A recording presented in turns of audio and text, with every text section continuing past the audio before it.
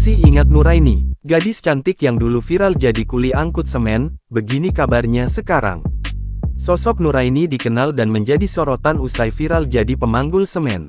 Diketahui jika Nuraini rela jadi pemanggul semen demi membantu keluarganya. Nuraini bertempat tinggal di Makassar, Sulawesi Selatan bersama keluarganya.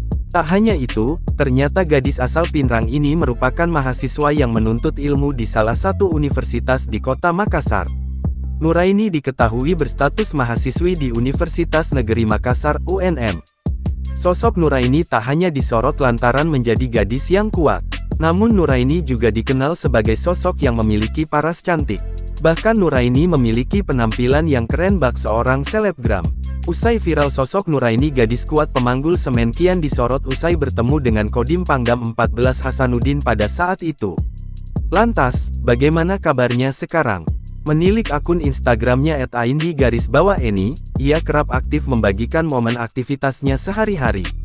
Terbaru, ia ternyata terpilih menjadi salah satu peserta untuk mengikuti Bootcamp TNI AD to Gen Z di Mako Kopassus.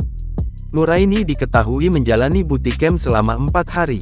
Terlihat, ia pun berkesempatan berjabat tangan dan berfoto dengan Kepala Staf Angkatan Darat, Jenderal TNI Dudung Abdurrahman.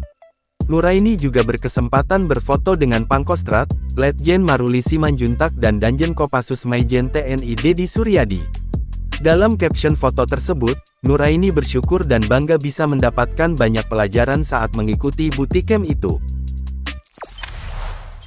Jangan lupa subscribe, share, komen, dan like ya!